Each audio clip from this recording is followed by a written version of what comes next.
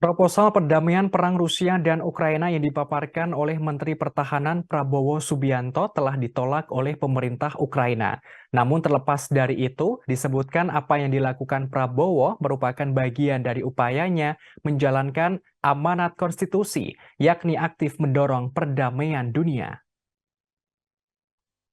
Dikutip dari voaindonesia.com pada Rabu 7 Juni, juru bicara Prabowo Subianto, Daniel Anzar Simanjuntak memberikan penjelasan. Ia menyampaikan proposal Prabowo tetap menjunjung tinggi politik bebas aktif yang dijalankan Indonesia. Menurutnya, Menteri Pertahanan akan terus menyuarakan resolusi damai, terlepas apakah disetujui atau tidak oleh pihak yang sedang berkonflik atau berperang. Daniel menerangkan, penolakan adalah hal biasa dalam diplomasi. Ia menekankan hal yang terpenting, Indonesia telah menunjukkan komitmen untuk menjaga perdamaian dunia sesuai amanat Undang-Undang Dasar 1945.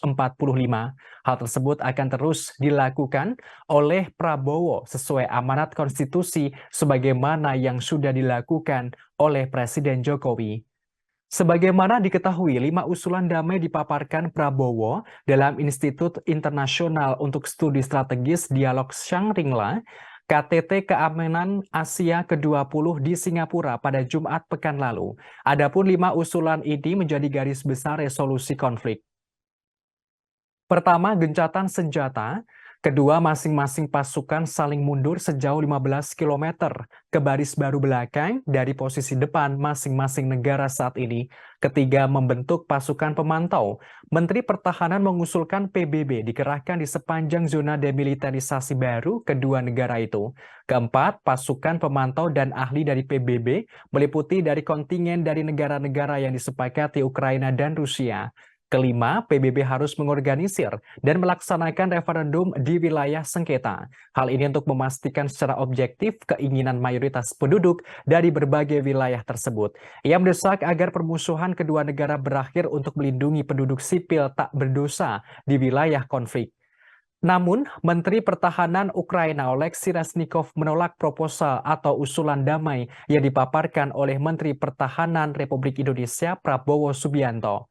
Ia menilai usulan yang disampaikan Prabowo aneh. Bahkan, usulan damai Prabowo terkesan pro-Rusia. Dalam kesempatan itu, Menteri Pertahanan Ukraina juga hadir. 5 usulan untuk resolusi damai soal perang Rusia dan Ukraina telah ditolak oleh Reznikov. Ia menilai 5 usulan tersebut seperti rencana Rusia, bukan rencana Indonesia. Bahkan Reznikov juga menuturkan tidak membutuhkan mediator dengan rencana aneh tersebut.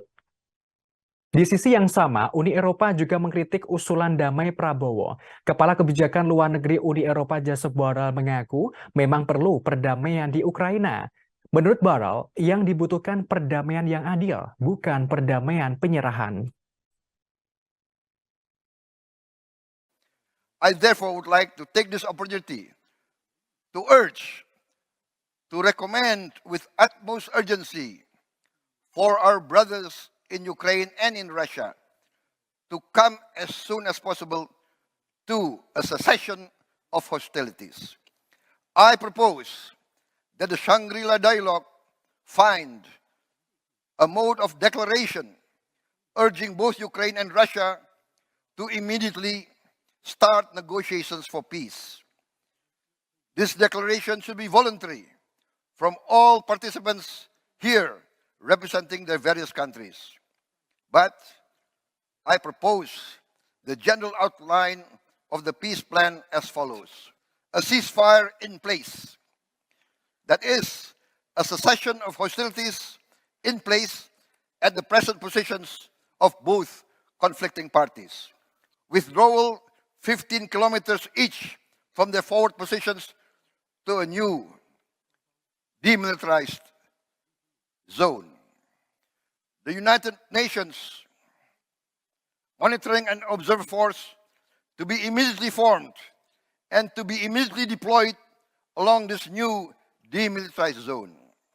The United Nations should organize, carry out, and execute a referendum in the disputed territories to ascertain objectively the wish of the majority of the inhabitants of the various disputed areas.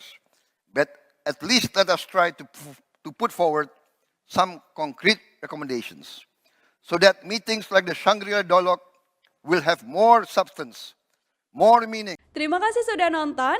Jangan lupa like, subscribe, dan share ya.